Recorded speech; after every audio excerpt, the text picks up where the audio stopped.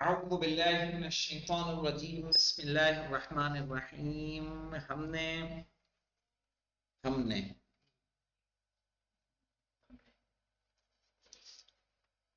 یہاں تک پڑھ لیا تھا کل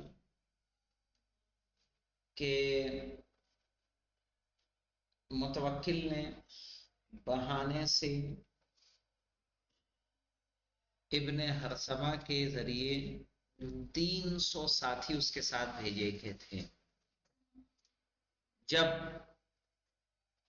مدینے کے گورنر نے شکایت کی تھی امام کی تو آپ کو بلوایا اور امام کو راضی کرنے کے لیے مدینے کے گورنر کو بھی کیا کر دیا. السلام علیکم.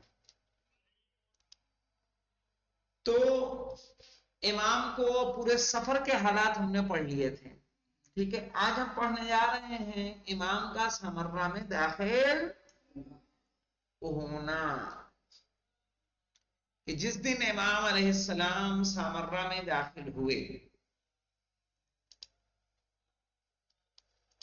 متوکل کے حکم سے آپ کو خان السعالق فقیروں محتاجوں کے ٹھہرنے کی جگہ, خان السعالق میں کون لوگ رہتے تھے؟ فقیر محتاج کے ٹھہرنے کی جگہ نام سے مشہور ایک جگہ پر ٹھہرایا گیا. یہ بہانہ بنا کر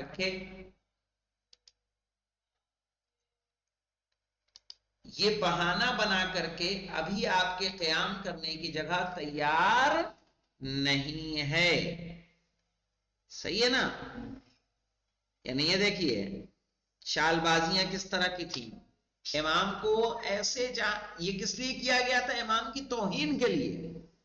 اور یہاں کا ایک بڑا مشہور واقعہ ہے مولانا کہ ایک صحابی آیا اور امام کی طرف بڑے لاچاری انداز میں کہا مولا آپ کو ایسی جگہ پہ ٹھہرا دیا ہے, یہ آپ کے شان کے خلاف ہے. تو امام نے اپنی انگلیوں سے اشارہ کیا, اشارہ کرنا تھا کہ وہاں کیا لہراتے ہوئے باغ, صحیح ہے, خادم و خادمائیں, جاری چشمے. کہا وہ منظر دیکھ کے میں مبہوت ہو گیا, حیرت زدہ تھا. کہا امام نے کہا ان ظاہری نگاہوں سے نہ دیکھو کہ اس نے ہمیں کہاں ٹھہرایا ہے, بلکہ اس نے ہمیں ٹھہرایا تو ایسی جگہ پہ, لیکن اللہ نے ہمارے لیے بہترین انتظام کر رکھا ہے. صحیح ہے, لیکن انتظامات خدا کی جانب سے کیا تھے؟ بہترین تھے. تو خان السعالق فقیروں محتاجوں کی ٹھہرنے کی جگہ کے نام سے مشہور ایک جگہ پر ٹھہرایا گیا. یہ بہانہ بنا کر کے ابھی آپ کے قیام کرنے کی جگہ تیار نہیں ہے. آپ نے وہ دن اسی جگہ پر گزارا. اس کام سے اس کا مقصد امام کو تکلیف دینا اور سیاسی انداز میں تحقیر کرنا تھا. تحقیر کرنا سمجھتے ہیں؟ یعنی آپ کو حقارت و نگاہ سے دیکھنا. دوسرے دن امام کے آرام کے لیے گھر کا انتظام کیا گیا اور آپ وہیں رہنے لگے. ایک گھر معین کیا گیا اور آپ اس میں قیام پذیر ہوئے. امام بظاہر اس شہر میں آزاد تھے, لیکن در حقیقت ایک قیدی کی طرح زندگی گزار رہے تھے, چونکہ آپ کا گھر ایسی جگہ پر تھا کہ ہمیشہ زیر نظر تھے. زیر نظر, ہاں, نگاہوں کے تحت تھے. مثال کے طور پر ایک ہے کہ مولانا آپ کو کھانا لگا دیا جائے اور کھانا لگا کے چاروں طرف سے لوگ کھڑے رہے ہیں, آپ کو دیکھ رہے ہیں, آپ کھا پائیں گے؟ ہے کہ نہیں؟ اسی طرح جب انسان کو ہو کہ ہاں یہ احساس پیدا ہو جائے کہ اسے ہر وقت دیکھ رہا ہے, ہر وقت کوئی دیکھ رہا ہے, تو نہ آپ صحیح سے سو سکتے ہیں, نہ صحیح سے کھا پی سکتے ہیں, نہ سکون کے ساتھ کوئی کام کر سکتے ہیں. آپ کی آمد و رفت اور ملاقاتوں پر خلیفہ کے نوکروں کے ذریعے سے نظر رکھی جاتی تھی. جو خلیفہ کے نوکر تھے وہ اطلاع دیتے تھے, ہے کہ نہیں؟ یزداد کہ جو ایک مسیحی طبیب تھا, مسیحی ڈاکٹر, اور یہ ہے بحث یشوع کا شاگرد تھا.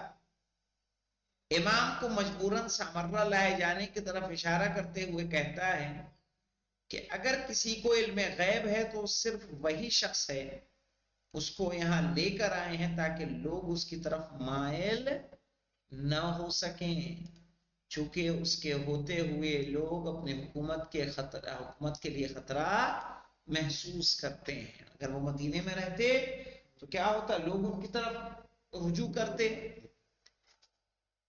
آپ کے امام کے لوگوں کے درمیان معنوی نفوس سے متوکل کس قدر وحشت زدہ تھا اس کا پتہ. 1 نمبر کا حاشیہ کہاں ہے مولانا؟ تحقیر کرنا تھا.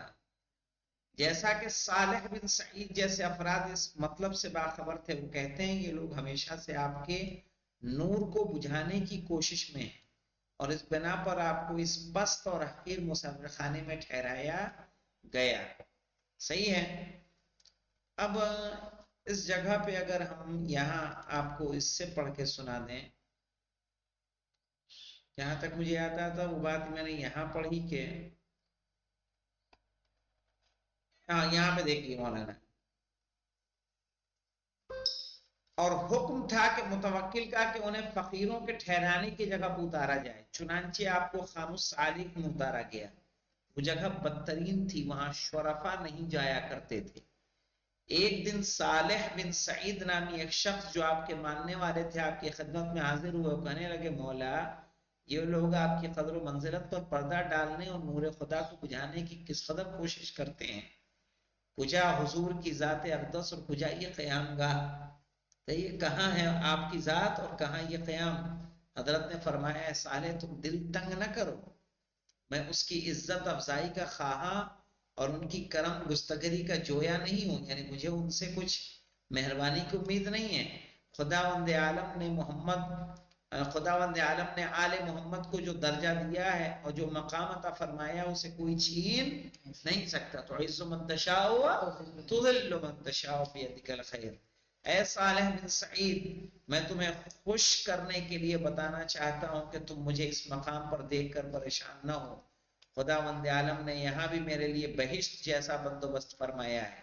یہ کہہ کر آپ نے انگلی سے اشارہ کیا اور صالح کی نظر میں بہترین باغ، بہترین قصور یعنی محل اور بہترین نہریں وغیرہ نظر آنے لگیں.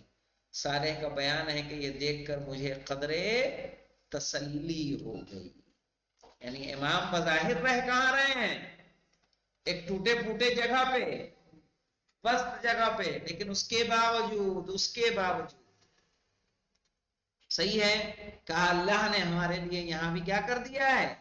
انتظام کر دیا ہے.